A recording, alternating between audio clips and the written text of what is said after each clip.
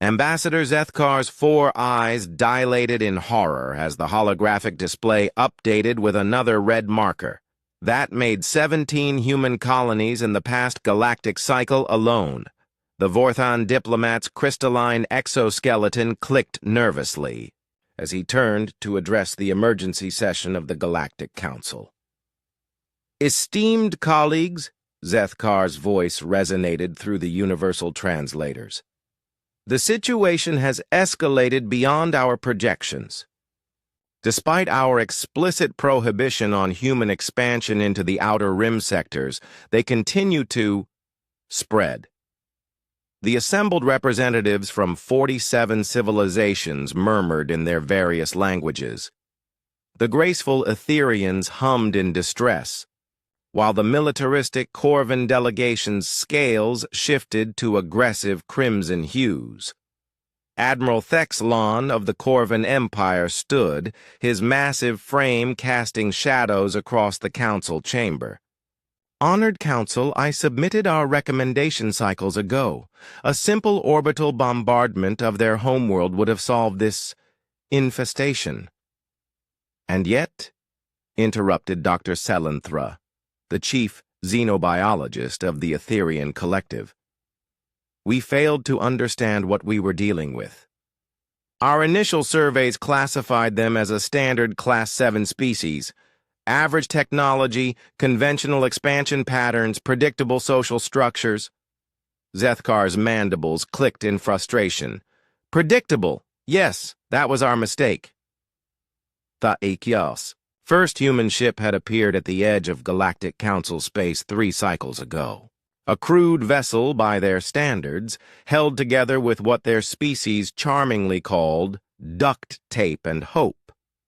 The Council had barely registered their existence, another young species reaching for the stars, destined to burn out or submit to galactic authority like thousands before them.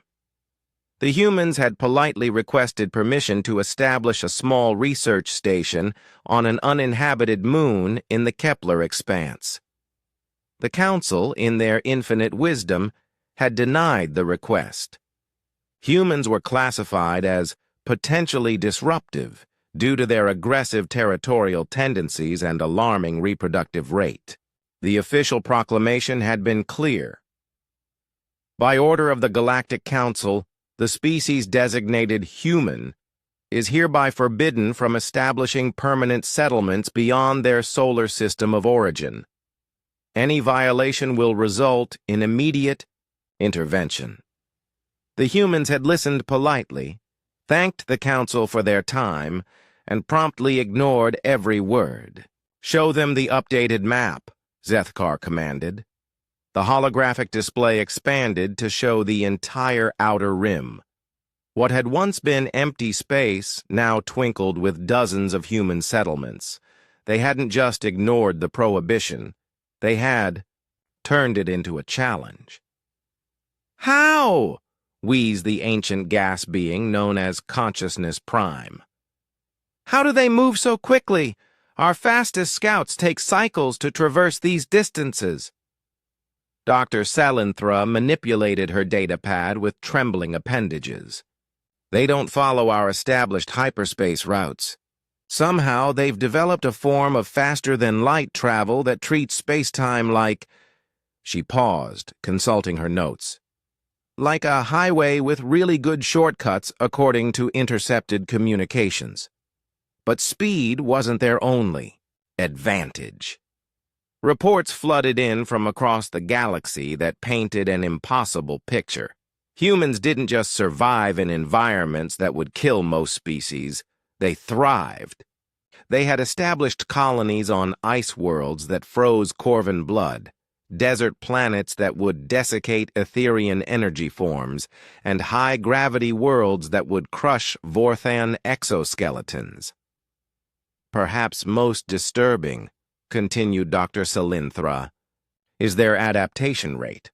On Kepler 442b, they've somehow modified their metabolism to process the silicon-based flora. On Gliese 667c, they're breathing an atmosphere that should be toxic to carbon-based life forms. Genetic modification?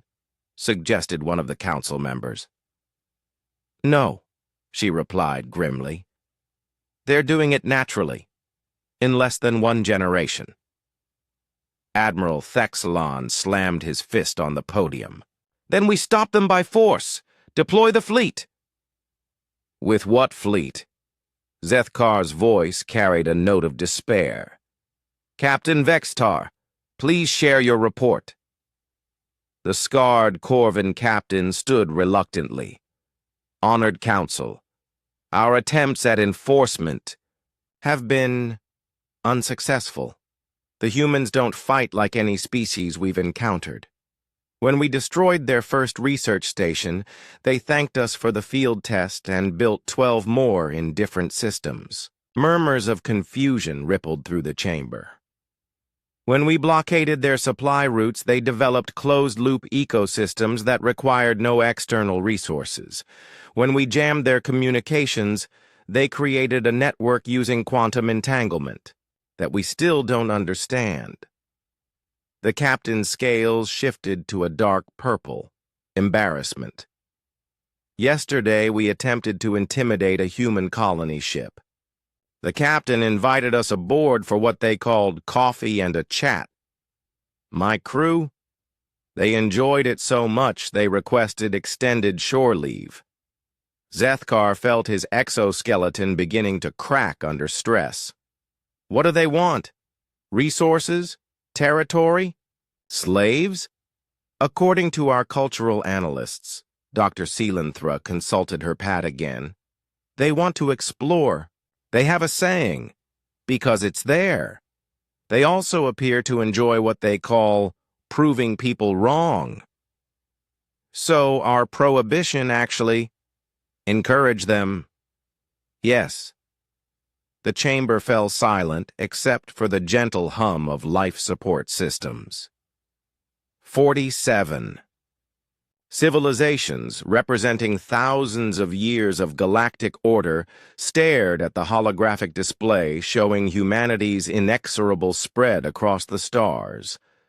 Finally, Consciousness Prime spoke, its voice like wind through cosmic dust. Perhaps we should reconsider our approach. You mean negotiate?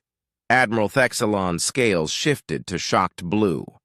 I mean, the ancient being replied, perhaps we should consider applying for membership in their Terran Federation. They've been sending us recruitment brochures. Zethkar looked at the latest transmission from humanity. The message was simple. The universe is big enough for everyone. Want to help us explore it? For the first time in cycles, the Galactic Council faced a species they couldn't control, couldn't intimidate, and couldn't understand. Humanity hadn't just ignored their prohibition, they had made it irrelevant. The age of human expansion had begun, and the galaxy would never be the same.